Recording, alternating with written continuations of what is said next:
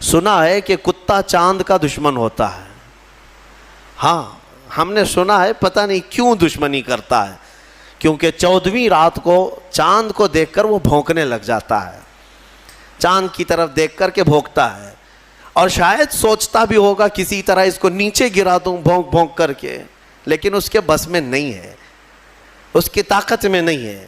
اس طرح بہت سارے آج کتے بھونکتے ہیں اسلام کی اس چکا چوند روشنی کو دیکھ کر, لیکن ان کے بس میں نہیں ہے اس کو زمین پر لا سکیں, قرآن کو زیر کر سکیں یا اسلام کو ختم کر سکیں. ہاں بس اتنا ہے کہ اپنے گوفے میں بیٹھ کر تھوڑی دیر بھونکتے رہیں, اور گلا خراب ہو جائے تو خاموش ہو جائیں, بس اتنا ہو سکتا ہے. اللہ تبارک و تعالیٰ کا کروڑا کروڑ احسان ہے کہ اس نے ہمیں دین حق کی ہدایت عطا فرمائی ہے, اور قرآن پاک جیسی محکم اور محفوظ کتاب اللہ نے ہمیں عطا فرمائی ہے. السلام علیکم. کیا شیطان کے تھوک سے کتے کی تخلیق ہوئی؟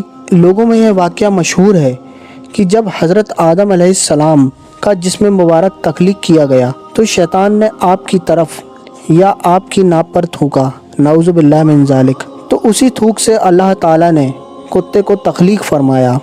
یہ واقعہ لوگوں کی زبان پر عام ہے, لیکن نہ اس کی کوئی سند موجود ہے اور نہ ہی یہ کسی معتبر کتاب میں ثابت ہے. جن کتابوں میں اس کا ذکر ملتا ہے وہاں بھی اسے بلا سند نقل کیا گیا ہے.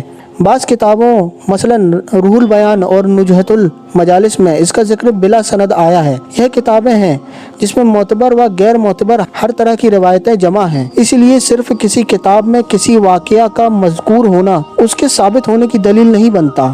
علامہ بدر الدین عینی رحمۃ اللہ علیہ نے بھی اپنے بعض اکابر اساتذہ کے حوالے سے یہ واقعہ بلا ماخذ و سند نقل کیا ہے. ان کے بیان میں جسم پر تھوکنے یا وہاں سے مٹی لینے کا ذکر نہیں, بلکہ صرف شیطان کے حضرت آدم علیہ السلام کی طرف تھوکنے اور اس سے کتوں کی پیدائش کا ذکر ہے. یہ رہی اس کی اصل عبارت. آپ چاہیں تو اس کا اسکرین شاٹ بھی لے سکتے ہیں. علامہ اسماعیل حقی رحمۃ اللہ علیہ نے بھی اپنی تفسیر میں یہ روایت بلا سند نقل کی ہے.